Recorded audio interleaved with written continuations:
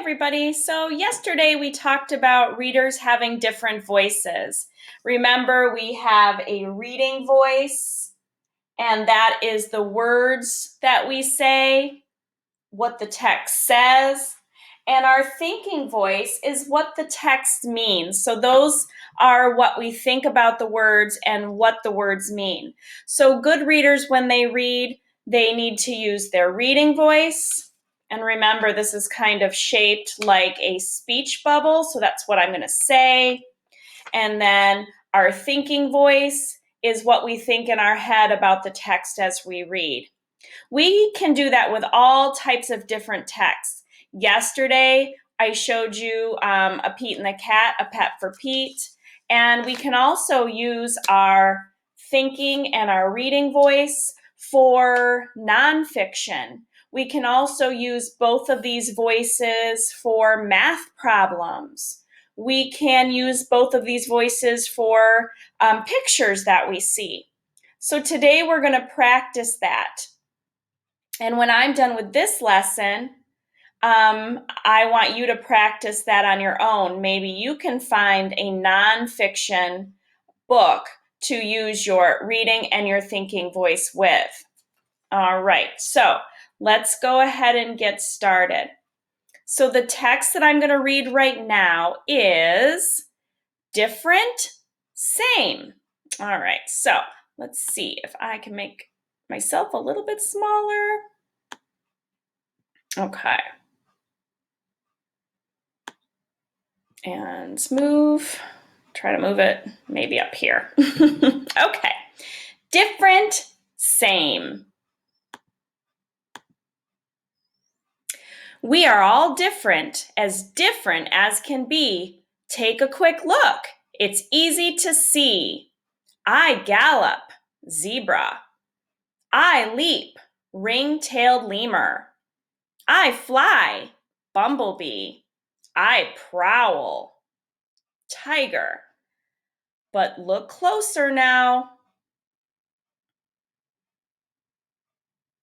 We all have stripes. So I used my reading voice to read those words, and now I'm going to use my thinking voice. You know what? I never thought about all these different animals that have stripes. All these animals look really different to me, but they do all have stripes. I don't think I've ever thought of that before. I live in the jungle, tiger. I live in the forest, wombat. I live in the Arctic, walrus. I live in a house, dog. But look closer now. We all have whiskers. That is true. I've never really thought about that. So we're using our reading voice to read the words, and then we're thinking about what we're reading. So I never even knew a wombat had whiskers. I guess I never thought about it. I'm blubbery, walrus. I'm wrinkly, elephant. I'm bristly, warthog. I'm smooth, narwhal. But look closer now. We all have tusks. Yes, they do. And those tusks, I wonder what they're used for the different animals. So they all look so different, but when we really think about it and use our thinking voice, you can notice there are some things that are the same about these animals. I stalk, lion. I race, horse. I root, warthog. I roam, bison. But look closer now. We all have manes. And I guess I really never thought of a warthog having a mane before. And talking about having a mane, something really interesting. What do you think that word I root means? Use that thinking voice to see what the warthog is doing. I root. I think what it means is he's searching in the ground. He's digging in the ground, maybe looking for something to eat. He's rooting through the ground. I'm leathery, rhinoceros. I'm shaggy, bison. I'm shiny, rhinoceros beetle. I'm lean, impala. Well, I know leather is kind of like there's belts made of leather, and I know some people have leather furniture, but I never thought of a rhinoceros as feeling leathery. And down here, the impala, I'm lean. I want you to look at the impala and try to think, what's that word lean mean? Yeah, I'm thinking it means it doesn't have a lot of fat on his body. It means he's, really thin. But look closer now. We all have horns. Yeah, I never thought about that either. I'm a fast swimmer, turtle. I have big claws, lobster. I'm strong for my size, rhinoceros beetle. I burrow in sand, clam. But look closer now. We all have shells. All right, use your thinking voice to look at these pictures.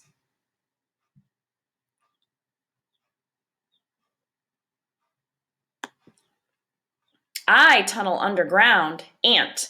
I walk underwater, lobster. I hop through the meadow, grasshopper. I flutter in the air, butterfly. But look closer now. We all have antenna. Interesting. I wonder what antenna do for an animal. I wonder if it's how they sense things, maybe smell, maybe they can feel things with their antenna. I'm blue, blue jay. I'm yellow, butterfly. I'm black, bat. I'm pink.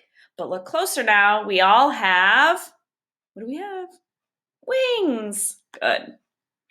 I squeak, bat. I meow, cat. I growl, bear. I hiss, snake. But look closer now. We all have fangs. Good. I perch, chameleon. I slither, snake. I plod, tortoise. I swim, salmon. But look closer now. We all have scales. Yes, that is so true. I curl into a ball, hedgehog. I puff up, pufferfish. I cling to rocks or reefs, urchin. I change color, chameleon. But look closer now. We all have spikes. I wonder why they have spikes. I want you to use your thinking voice. I think spikes might be used to protect themselves. Is that what you thought? I'm sleek, dolphin. I'm spiky, pufferfish. I have many arms, squid. I'm black and white, penguin. But look closer now. We all have flippers or fins. Yes, that is true. And also, I think all of those swim in water. It's another thing that's the same. I swim backward, squid. I slide, snail. I drift, jellyfish. I dig, star-nosed mole. But look closer now. We all have tentacles. What are tentacles? Now, I never knew a mole had tentacles. That's interesting. And if I look closely, I see the squid here with his tentacles. And the jellyfish. If you look close enough, it soon becomes clear we're not as different as we first appear. How many animals can you find that have spots? Can you point to the ones on your screen that have spots? What about make good pets? Which animals from there would make good pets? I hope you don't pick the bat. Ooh, Mrs. Holman does not like bats. And what about, can you point to the animals that live in the ocean? All right, nice job. Before I leave you today, I want to show you 3 pictures that we're going to use our thinking voice for. So I'm going to go ahead and kind of click them up here. I'm going to use my screen, make it a little bit bigger. Oh my gosh, look at this picture over here. Let's use our thinking voice to see what he is up to. Oh my gosh, if I'm using my thinking voice, I see this door has a huge hole in it, and I notice that a lot of that wood that's made of the door is all over the floor, but then there's that cute puppy. Using my thinking voice, I am pretty sure that this puppy was probably put, maybe it's a bathroom because I notice a sink here. And guess what he did? I bet he chewed up that door and was trying to get out. What do you think? Yes. Oh my goodness. I would not be too happy if that were my puppy. All right, let's try another one. Oh my gosh. What do you notice in this picture? Let's use our thinking voice. I want you to think in your brain what probably happened over here in this picture. Well, first of all, I know I see some feet, and I notice their feet are very red. So I'm thinking this person had a sunburn. But what do you notice about this part of their foot? What do you think they were wearing on their feet? If you said flip-flops, I think you're right. I think that they had on their flip-flops, they went out in the sun without their sunscreen, and they got burned. I think you are right about that. And let's look at this picture next. Oh, I wonder if any of you have ever felt like this before. When I look at this picture, I see lots of vegetables on his plate. What else do you think about this picture? Does he look very happy to be eating those vegetables? No, I think maybe he has to eat his vegetables. Does anybody, do any of you have to eat your vegetables and you're not very happy about it? Yeah, I think he's probably pretty upset that he has to eat his vegetables. Maybe he has to eat them before he can get up from the table. Oh my goodness. All right, and last one, we talked about using a math problem to use our thinking voice also. So if I'm using my thinking voice, what do I see here? We've talked about these types of math problems before. This is a graph. And read this across the bottom. And I notice this graph is about kinds of pets. We have a cat, dog, fish, and bird. Are you thinking that that people have a dog the most? That's what I was thinking. What do people have the least of? Did you say the bird? Very good.